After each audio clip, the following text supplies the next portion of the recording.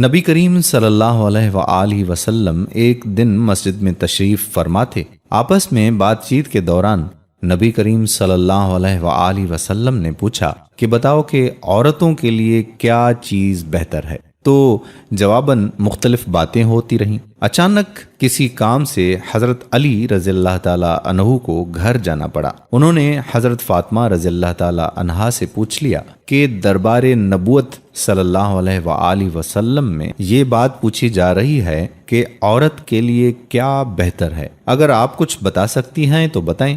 Be be Fatima رضی اللہ تعالیٰ عنہا نے فرمایا کہ عورتوں کے لیے بہتر یہ ہے کہ نہ تو وہ کسی نام محرم کو دیکھیں اور نہ ان کو کوئی نام محرم دیکھے۔ سیدنا علی رضی اللہ تعالیٰ عنہ نے یہ بات حضرت محمد صلی اللہ علیہ وآلہ وسلم کی دربار میں پہنچا دی۔ جب نبی کریم صلی اللہ علیہ وآلہ وسلم نے یہ بات سنی تو فرمایا کہ فاطمہ رضی اللہ تعالیٰ عنہا تو میرے جگر کا ٹکڑا ہے، یعنی نبی کریم صلی اللہ علیہ وآلہ وسلم کو اس بات سے خوشی ہوئی۔ حضرت عائشہ صدیقہ رضی اللہ تعالیٰ عنہا کا واقعہ، یہ کون ہے؟ 2210 احادیث مبارکہ ان سے روایت ہیں۔ ایک حدیث مبارکہ کا مفہوم ہے کہ نبی کریم صلی اللہ علیہ وآلہ وسلم نے فرمایا کہ میری عائشہ صدیقہ رضی اللہ تعالی عنہا تو آدھا دین ہے۔ اب جن کو آدھا دین نبی کریم صلی اللہ علیہ وآلہ وسلم فرما رہے ہیں، ان کا عمل کیا ہے؟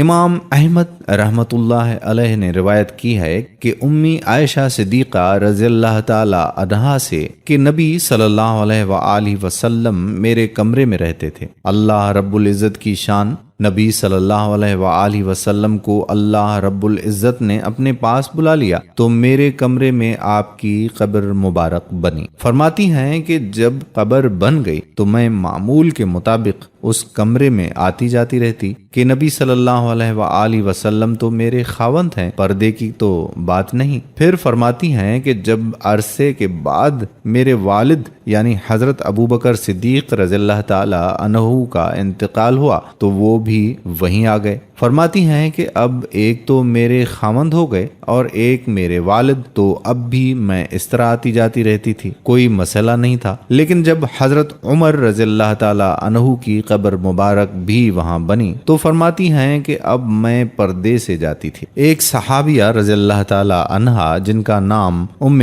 خلاد رضی اللہ تعالی عنہا تھا، ان کے بیٹے نبی کریم صلی اللہ علیہ وآلہ وسلم کے ساتھ کسی جگہ گئے اور شہید ہو گئے۔ اللہ رب العزت کی شان کہ یہ اپنے بیٹے کی معلومات کے لیے نبی کریم صلی اللہ علیہ وآلہ وسلم کے پاس تشریف لائیں۔ جس وقت یہ آئیں تو مکمل طور پر پردے کی حالت میں تھیں۔ جب نبی کریم صلی اللہ علیہ وآلہ وسلم سے پوچھا تو آپ صلی اللہ علیہ وآلہ وسلم نے فرمایا کہ تمہارا جوان بیٹا شہید ہو گیا ہے۔ ایک صحابی رسول صلی اللہ علیہ وآلہ وسلم نے جب ان کو دیکھا تو فرمایا کہ دیکھو اتنی بڑی خبر کہ جوان بیٹا شہید ہو گیا ہے، یہ خبر سن کر بھی یہ عورت اتنا کامل پردے کی حالت میں نکلی تو ام خلاد رضی اللہ تعالی عنہا فرمانے لگیں کہ میرا بیٹا فوت ہوا ہے، حیا فوت نہیں ہوئی۔ اللہ اکبر، اللہ اکبر، سبحان اللہ۔